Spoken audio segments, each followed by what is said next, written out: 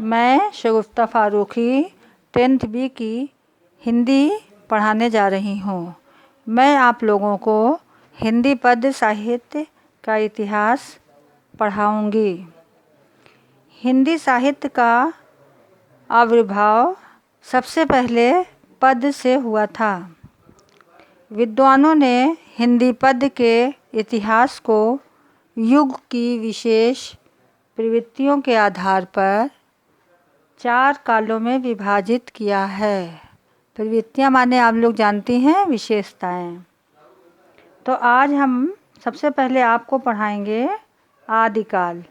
आदिकाल को कई नामों से जाना जाता है, जैसे आदिकाल, वीरगाथा काल, चरण काल।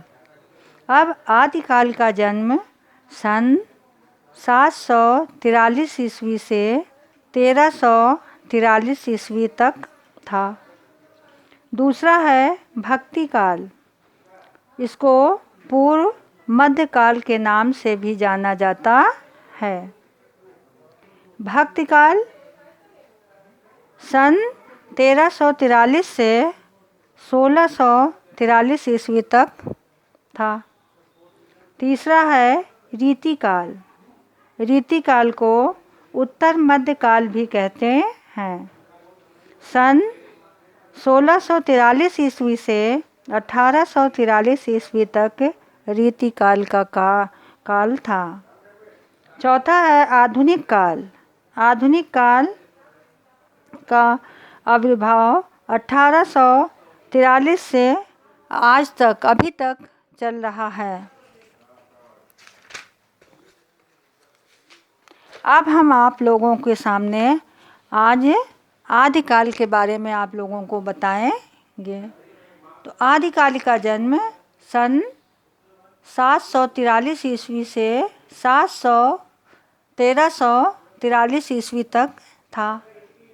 तो हिंदी का सबसे प्रथम उत्थान काल, जो हिंदी का सबसे प्रथम उत्थान काल है, उसको वीरगाथा काल कहते हैं, चरण काल कहते हैं, आदिकाल के आदि नामों से जाना जाता है। आदिकाल में आदिकाल में देश जो है अनेक छोटे छोटे राज्यों में बटा हुआ था और इन राज्यों के राजपूत राजा आपस में लड़ते रहते थे, लेकिन वे स्वभाव से वीर, साहसी और विलासप्रिय भी थे। राजपूत राजा जो थे वो छोटी छोटी बातों में आपस में मनमुटाव, ईर्ष्या तथा एक दूसरों को नीचा दिखाने की उनके अंदर आदत थी और इस आदत के कारण प्रायः वो हमेशा इनमें लड़ाइयाँ होती रहती थी। मुसलमानों के आक्रमण भी आदिकाल के समय में ही शुरू हुए और इस समय वीर पुरुषों के जो योगदान और उनकी वीरता का वर्णन भी कविता का मुख, जो आदिकाल की कविताएं थी, उनमें वीर पुरुषों के योगदान और वीरता का वर्णन किया गया है। इस काल की कुछ विशेषताएं भी हैं, जैसे आश्रयदाता राजाओं की प्रशंसा।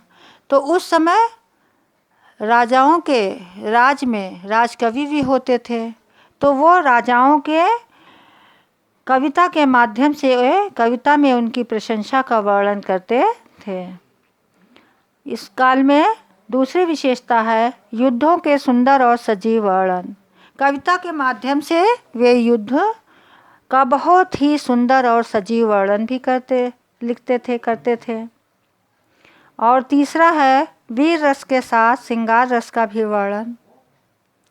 इनकी कविताओं में वीर रस भी रहते थे और श्रृंगार रस का भी वर्णन होता था। इस काल की रचनाएं 2 रूपों में मिलती हैं। आदिकाल की रचनाएं 2 रूपों में मिलती हैं। पहला है प्रबंध काव्य के रूप में और दूसरा वीर गीतों के रूप में। वीर गीत काव्यों में सबसे अधिक प्रसिद्ध और लोकप्रिय काव्य आल्हा खंड है।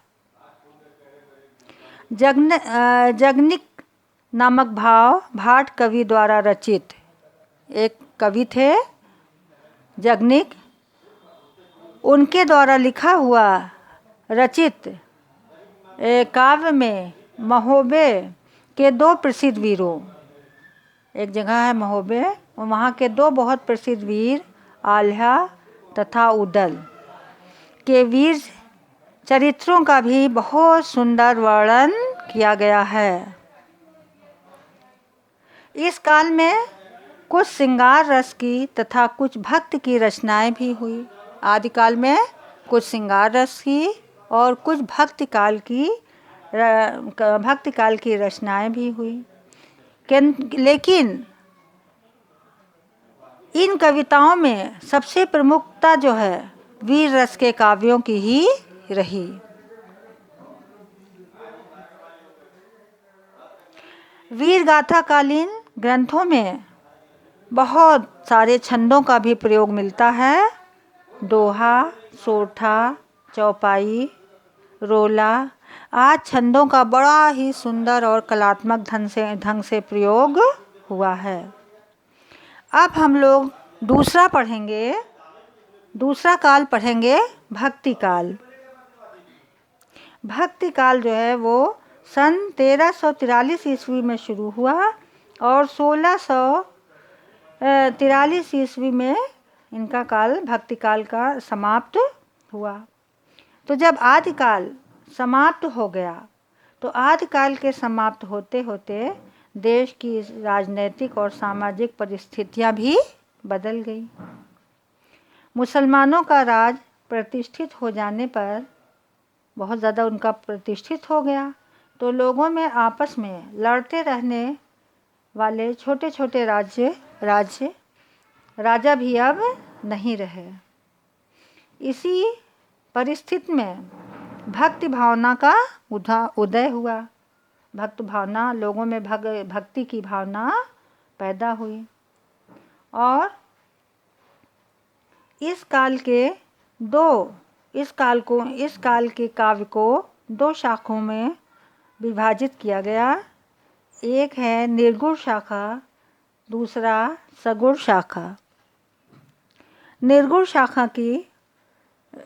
शाखा की रचनाएं हैं वो, निर्गुण शाखा को भी 2 भागों में बांटा गया, ज्ञान मार्गी शाखा और प्रेम मार्गी शाखा।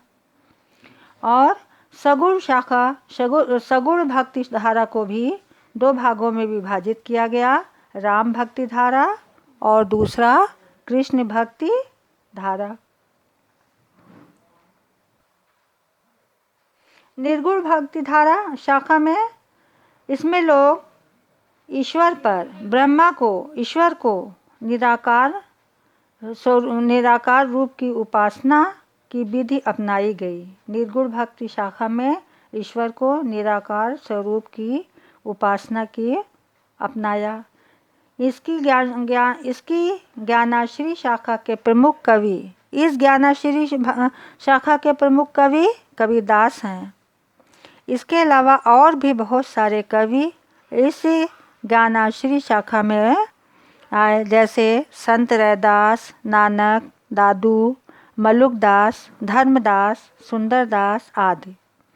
इन भक्तों ने साधना के बहुत ही आसान मार्ग को अपनाया और साथ ही साथ में वो जाति पाति, तीर्थ व्रत आदि जो लोगों में बाह्य आडंबर थे उसका उन्होंने विरोध किया।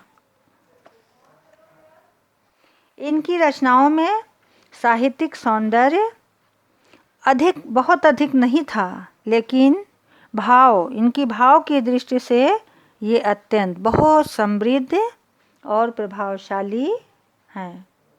निर्गुण शाखा की दूसरी जो उपशाखा है प्रेमाश्री के नाम से प्रसिद्ध है। इसमें सूफी मुसलमान कवियों को है। इन कवियों ने लोक प्रचलित हिंदू राजकुमारों और राजकुमारियों की प्रेम गाथाओं का फारसी में बहुत ही सुंदर वर्णन किया है। इनकी कविताएं दोहा और चौपाई छंदों में हैं।